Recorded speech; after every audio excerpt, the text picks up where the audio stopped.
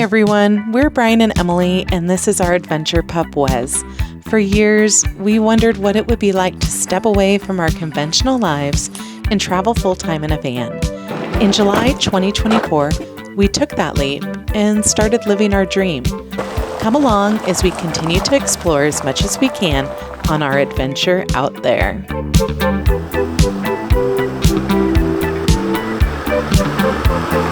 Hey everyone, welcome back to the channel.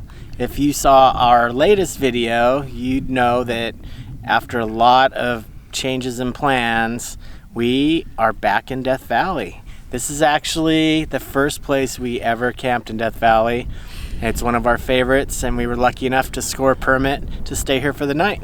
Yeah, that was back in January 2022 was the first time that we stayed here. We were in our old four-wheel pop-up camper, and now you have to have a permit to stay here. Back then you didn't, but we got online night before last, and we saw that there were permits available here. So the exact same spot we had, which is pretty cool. Yeah. It's changed a bit.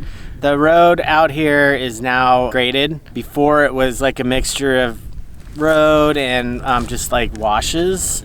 People kind of just made their own camps and drove where they wanted, but now it's a graded road. How do you like my hair in your face? It tickles. It's tickly. It's so windy. So we're here for a night, and then tomorrow we're going to show you guys some of our favorite spots in Death Valley, including maybe some new ones. I hope some new ones. I really want to do Mosaic Canyon. Yeah, me too. So we're going to get up early, try and beat the crowds. It's a really busy week in Death Valley. It's the week before I think kiddos go back to school after the new year. And so there's a lot of families here, but we'll try and get be the early birds that get the worm. Show you around some of our favorite spots, and then tomorrow night we've got another campsite in a different canyon that is equally as cool, and I'm just as excited about. It'll be very fun. It's gonna be a fun couple of days. Yeah, so hope you guys follow along, and we'll show you all the amazing sights to see in Death Valley in January. It's, I think, the perfect time of year to be here. Stick around.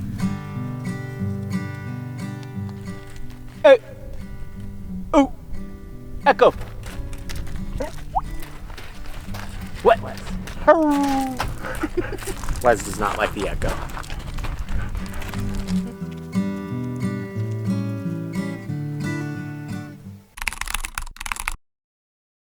Good morning. We're making some avocado toast. Got our coffee, some tea. We are in Hole in the Wall, where we camped last night. Super beautiful, quiet spot. There are literally 6 camp spots on this road, and they're all separated by about a quarter mile, so you really don't see or hear anybody. And we are in the last site, and we are actually in the Hole in the Wall.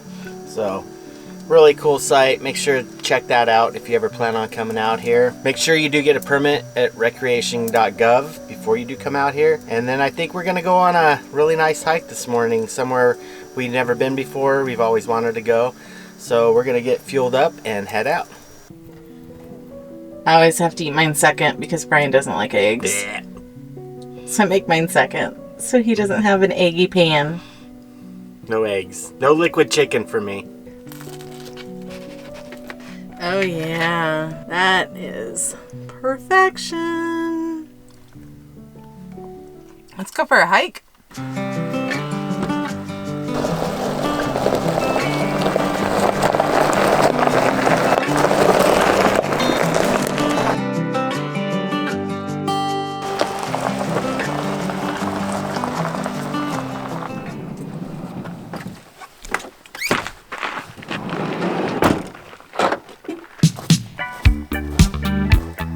All right, we're a little ways up the parking lot, maybe a quarter mile. There's hardly anyone there, considering how busy it's been here. And we are at Mosaic Canyon. Really excited to see what's at the end of this. I think there's a little surprise.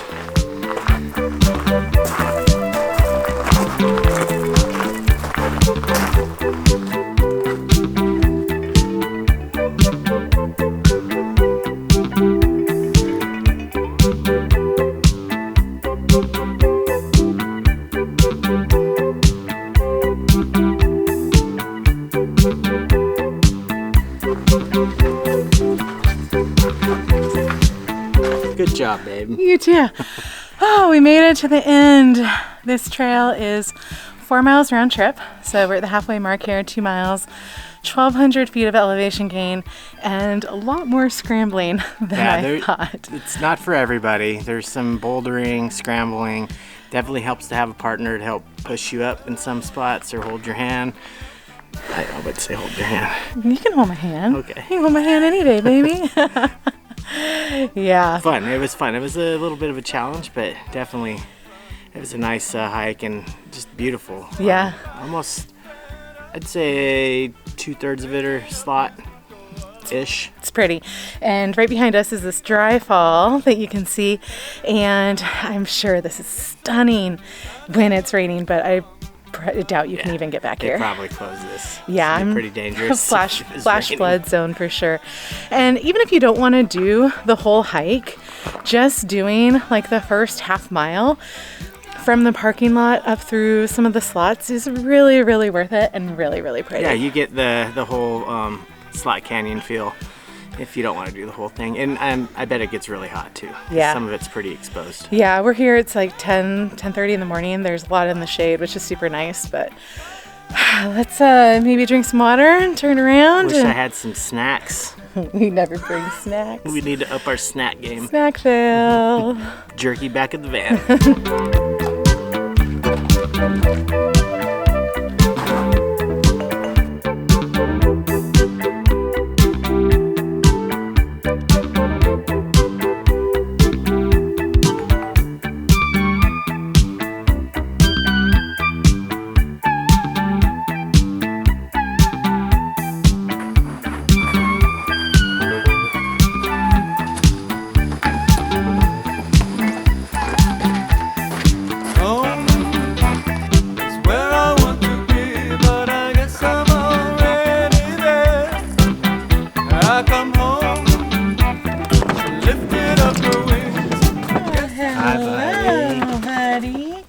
Quick little pit stop here at Mesquite Flat Sand Dunes.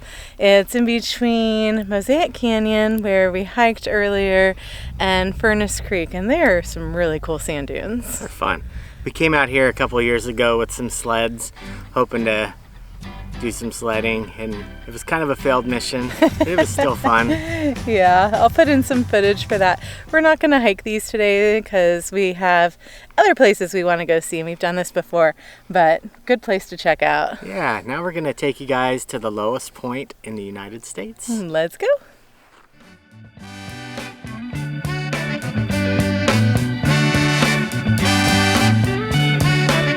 So deep in love, oh yeah, with a wonderful girl. We are out here at Badwater Basin. As you can tell from all the people, it's a pretty popular spot. It's pretty limited with parking. Even today, the rest of the park's been semi-quiet. We got here today and parking's pretty full, and it's an easy walk too. We've only walked about a 1/4 mile from the parking lot, but once you hit about a 1/4 mile, this salt flat really opens up and you can kind of find your own space. So it's a pretty neat place.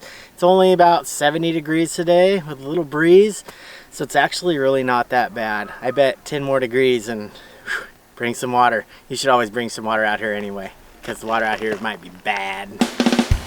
Bad water. And this is also the lowest point in the United States at 282 feet below sea level.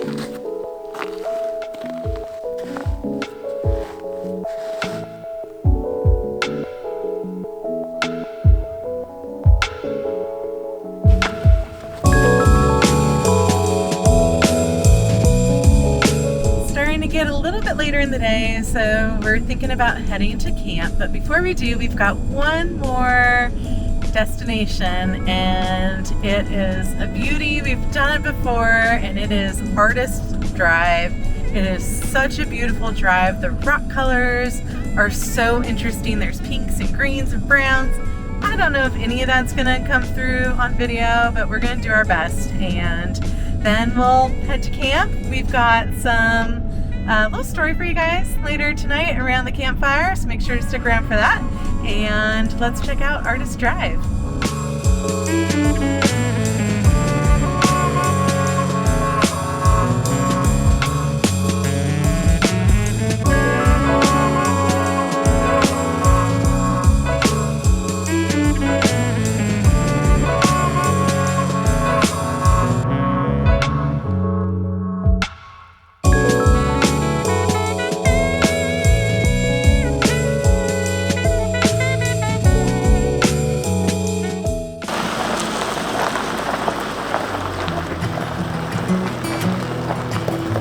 We are heading into camp. We are at Echo Canyon, about to go into the canyon.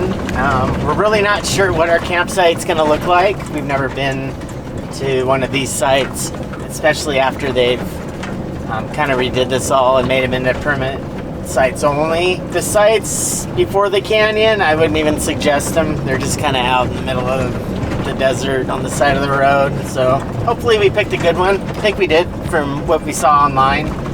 So let's see. Let's make our way into the canyon and hopefully we got a good spot.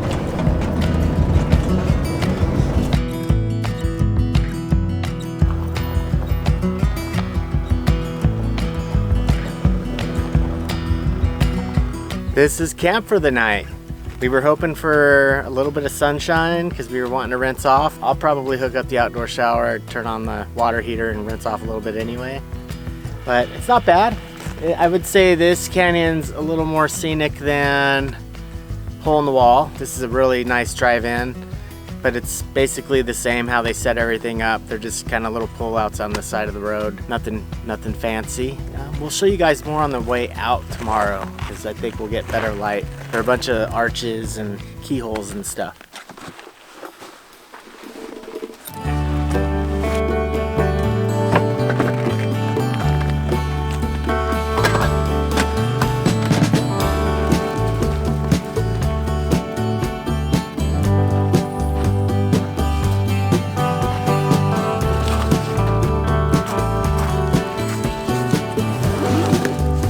Tonight we're using our Tembo Tusk fire pit. You cannot have wood burning fires in Echo Canyon or Hole in the Wall, but you can have propane fires. So we're gonna do Campfire Chronicles with our fire pit, and tonight we're gonna be talking about the wonderful Mr. Wes over there and how he came to be with us. By popular demand. People want to know about you, buddy.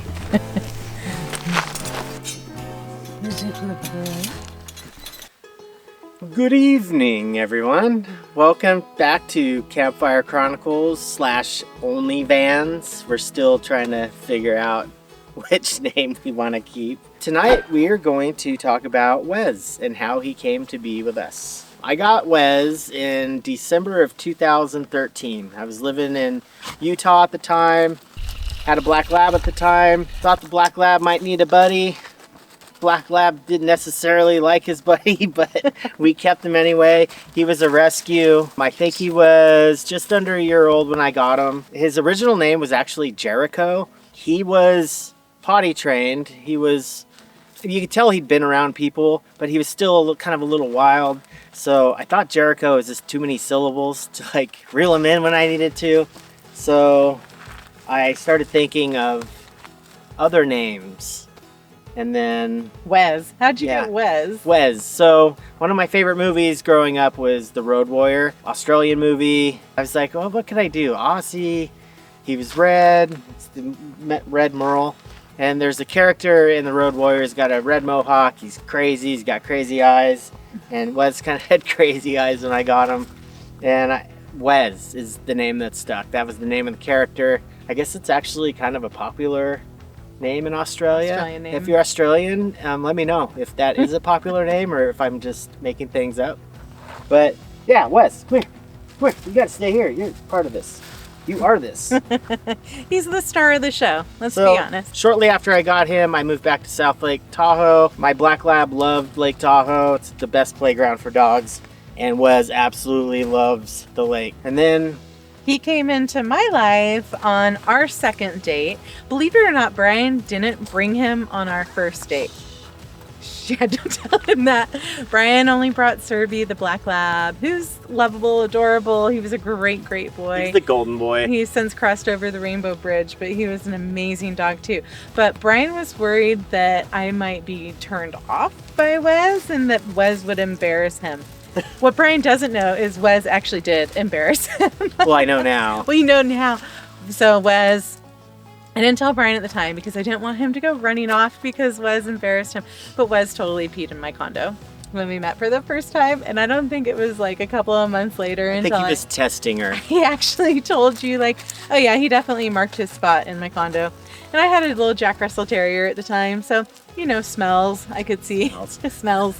I could see, you know, him trying to mark his territory. But he's just been the best dog. He's one of the greatest dogs that I've ever had in my life. And I can't thank you enough for bringing him into my life. He's we love this guy so much.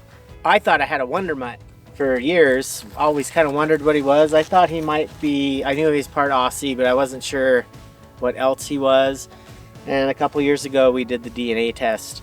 Come to find out, he's a designer dog. Ossador. Ossador. Ossadors are a thing, yeah. Half Aussie, half Labrador. And it explains a lot. It makes so much sense. Yeah. He has the best qualities of both dogs. He's so loyal. He loves affection. He loves to fetch. He loves to fetch. He's just the best boy, and he's the best camp dog. We have so many nicknames for him. One of I think kind of a funny nickname between the two of us and kind of a joke is, you know, we'll be standing around the campfire and sometimes like, oh, where'd Wes go? And his nickname is Never Far because he is literally never far. The first time we went camping, it was snow camping. He really wasn't going to go anywhere, but I noticed that he would only do a perimeter when we'd let him out of the tent. And then he would come back in the tent. And I was like, he's got like a job. So the next test was we took him backpacking and we brought hammocks. We didn't bring a tent for us or the dog. We actually brought a tent for the two older dogs. But Wes, we were like, you know what? I don't think he's gonna go take off tonight. He's gonna sit there and guard us, and he absolutely did that. We both would wake up throughout the night and he would kind of move around, but he never left camp. He was on guard. He was pretty tired the next day. Yeah. Well, backpacking and pulling guard and being security is a big job. He's getting a little older now. He's 13. But, you know, I really do think that him being on the road with us in the van is where he wants to be 100%. Like, he loves the van. He loves our pop-up camper too. Like, he loves being up high. He knows we're not going to leave him. He feels safe. yeah. He's always looking forward to, after a motel or staying at a friend's house, he's always excited to get back in the van and get on the road. And, you know, with as affectionate as he is, he's with us 24 hours a day, essentially, unless we're running errands or, you know, like today going on a hike that he couldn't go on, but we were only away from him for a couple of hours.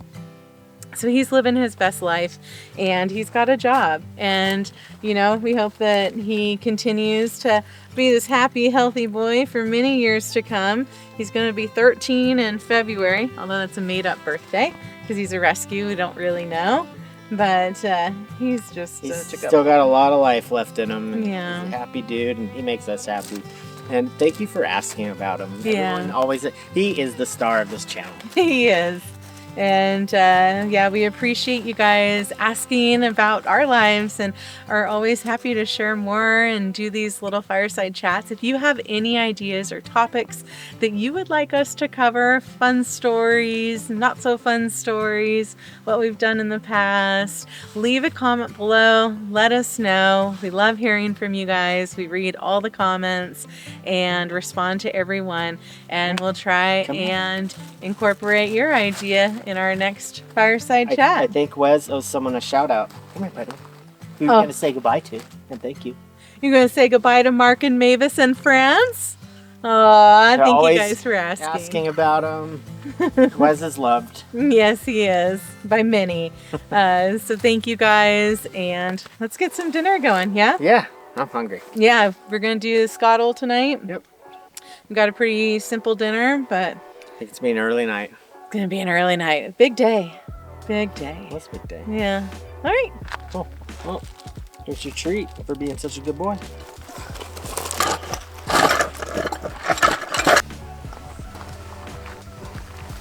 Got it? Got it. All right, chef. Hey, sous chef. Tonight's easy. We're gonna do some chicken, some veg, and then an ahi amarillo sauce Thanks, Mikey. that comes from my cousin Mikey, who made it for our Peruvian Christmas dinner that we had this year. And it is so good. We had it on steak and veggies when we had Christmas Eve dinner together. But I think it's gonna be really good on chicken too. Oh, yeah. Oh, that's amazing. Thanks, babe. Thanks, babes and babes. We were too lazy to take our table out tonight, so it's a true dirty kitchen. This is Dirty Kitchen. I am beat. I know that hike was only 4 miles and 1,200 feet of elevation gain. You do a lot of driving in Death Valley. A lot of driving. It was a big day. Easy peasy is the name of the game tonight.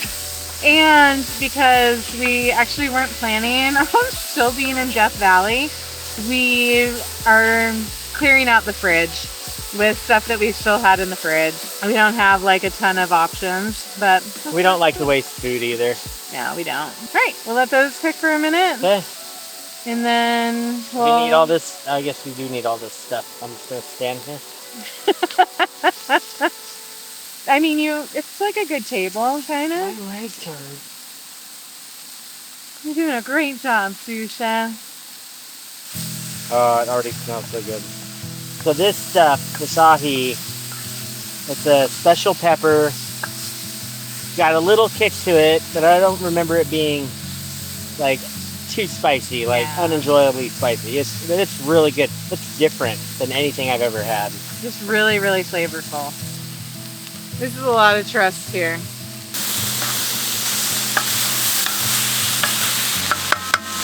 Food is just about done. We're gonna add a little bit of this ahi amarillo.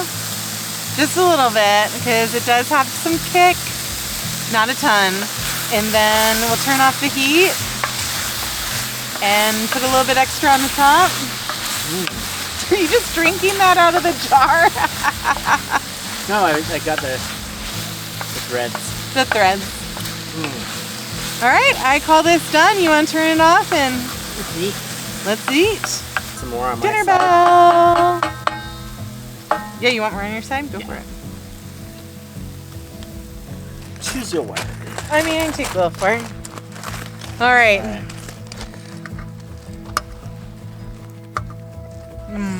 Gotta see some more on mine. That's good. I think Mikey might need to find a way to send us some more of this. That was so good. Or anyone that has this recipe. Delicious.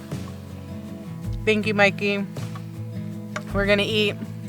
Dirty kitchen here, meaning no plates. The only thing we have to clean up is what we used to cook it with and our utensils. And then movie night. What movie are we watching tonight? I think we're both in the mood for some Brad Pitts. Let's watch Once Upon a Time. Sounds good. I think we'll both fall asleep halfway through. Probably. I'm pretty tired. Okay, maybe I don't need any more. That has like a good afterburn to it. So good. All right, good night, everybody. Good night.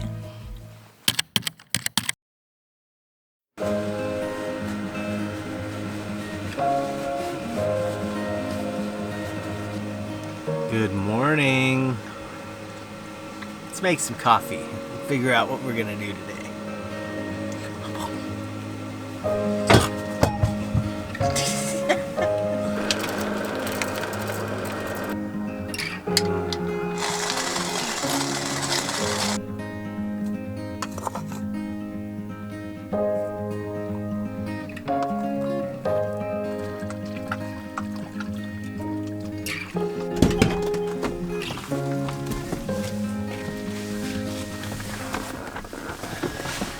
that was a really, really beautiful night here in Echo Canyon.